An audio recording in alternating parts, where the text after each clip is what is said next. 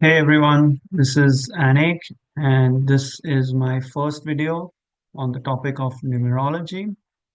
This is a subject that I started studying around 15 years back. I was introduced to it by a friend of mine, and thereafter I studied it on my own, applied the knowledge of astrology which I had, the astrological theory, and a few mythological stories to numerology, to the numbers, and I've got some amazing results. This knowledge has helped me a lot in personal relationships. It saved a lot of time, energy, and at times even money. And I want to share with you my approach of numerology because I tried, finding book on numerology, and there was some, famous authors like Chiero. I read the book, but I didn't find anything concrete, tangible. The descriptions were very vague, ambiguous, and it was just going around in circles. And I prefer something which is more accurate, precise as much as possible, with more concrete words. And I was studying this subject along with astrology, and over the years, I developed my own way of approaching this topic. The basic theory is not very complicated. It's just that I added a bit of the astrological theory, the stories from the mythology, from Indian mythology, and from various other random sources. And I started noticing patterns, the same patterns with the same number combinations again and again. I observed the lives of family, friends around me, and suddenly one day something would come to my mind like, oh, this pattern repeated many times, and this person has this number combination. And that's how I developed my theory. And I shared this theory with my sister, my mother, and my close friends.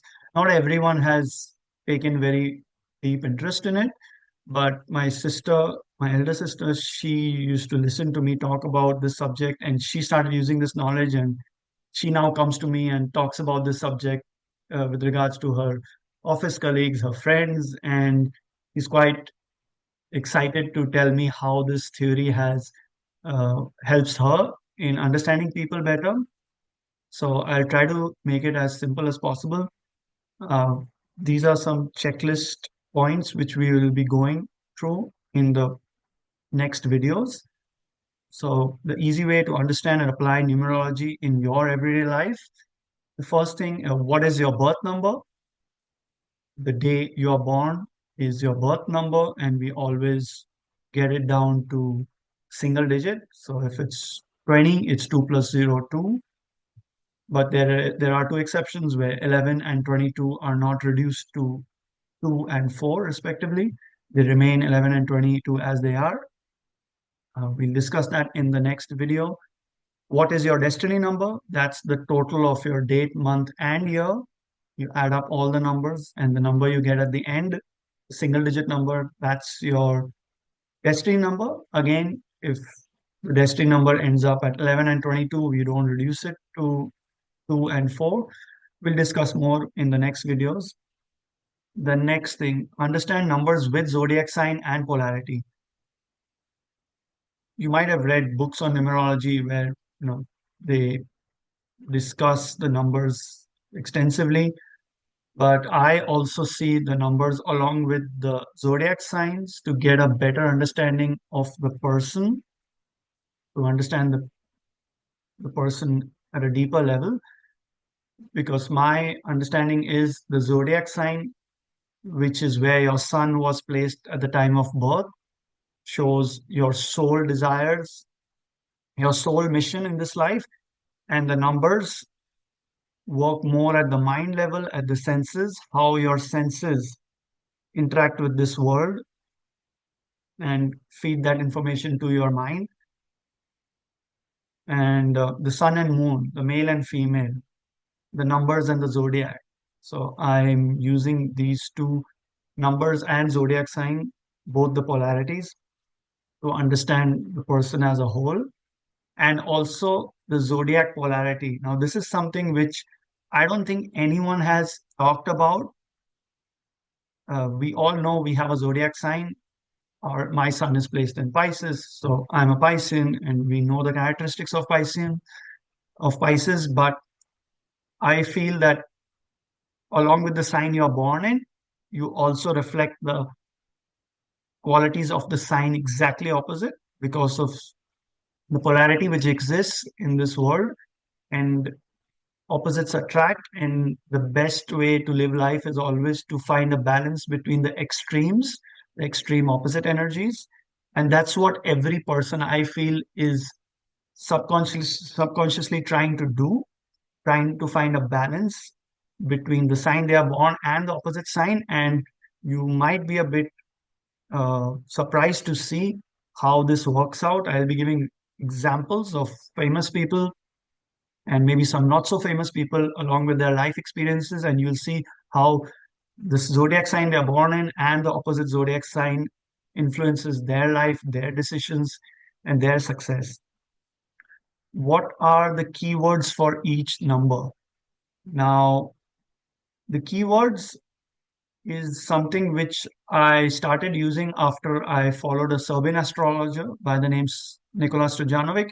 He was quite precise and accurate in his predictions and the way he described certain parts of the astrological chart, and he would use keywords for each sign and he would emphasize on them. So I also started using these keywords, and it helped me understand each zodiac sign better and each number better, and to use the right words to describe a person, to be as accurate and clear as possible and not use vague, ambiguous terms to describe someone. Uh, Try to hit the nail with the keywords. We'll be discussing that as well.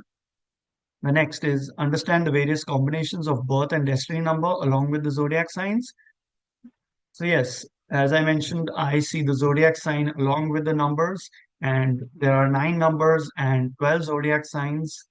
And there's a birth and a destiny number. So, you can imagine there are 9 into 12 combinations which are possible.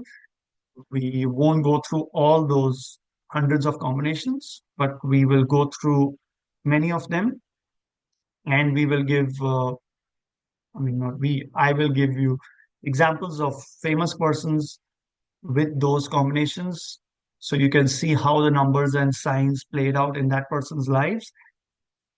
The next is which numbers like or are friendly with other numbers. So in mythology, each planet was personified by a character. So sun was a person, moon, Jupiter, Venus, they all were higher beings and they had certain powers. They interacted with each other. And if you see some of the mythological stories from India, you or the television series about the various planets, you will see how these planets interacted with each other, how they got along well with certain planets, how they did not get along well. Some had grudges with others, some liked others. Some were like two-way relations, some were like one person liked the other, one person didn't. So you will understand their interactions, and I will give examples where you will see how these planetary relations play out in the real world, because each number is ruled by a planet and each zodiac sign is also ruled by a planet. So the stories connected to these planets play out in our lives, and I'll show you with examples, and we'll discuss some of those mythological stories, and you will see why certain numbers interact with certain numbers in such a way. The next is which numbers uh, don't get along with each other. Yes, as I just mentioned, we'll discuss about the interactions uh, of the planets with each other in mythology and how they play out in our real everyday life. Understand the three vibratory levels of each number. Yes. So each number, I say usually that no number is completely bad or completely good. Many people who talk to me about numerology the first time, they say, okay, is my number good or is it bad? So you have a choice if you want to choose the positive qualities of a number or the negative qualities. Each number has positive and the negative side. So you choose what you want to do. The negative side can go to the lower vibratory levels.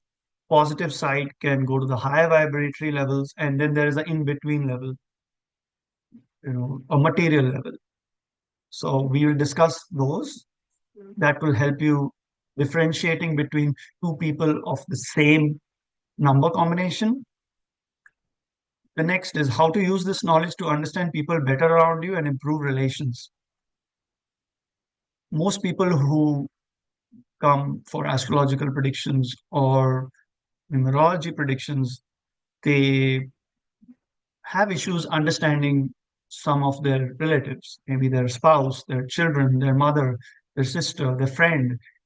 And most of the people I've seen, they're trying to understand why this person is not behaving the way they are expecting them to behave. Or why is this person not listening to me? Why this person has a different view, different lifestyle. So what I understood is that we should not force people to change. We should not have this expectation that the person has to change or has to believe the way I'm thinking is correct. It's no point wasting energy trying to force people to change. Through this knowledge of numerology, I feel we can understand exactly the core of a person, the core energies, characteristics of a person, and then you have a choice if you want to deal with this person, just have this person as a hi, hello friend, not interact much with this person, or ignore this person. No point wasting your time trying to change a person. Rather, use this knowledge to choose the right person, to choose the right friend, to choose the right business partner, to choose the right life partner.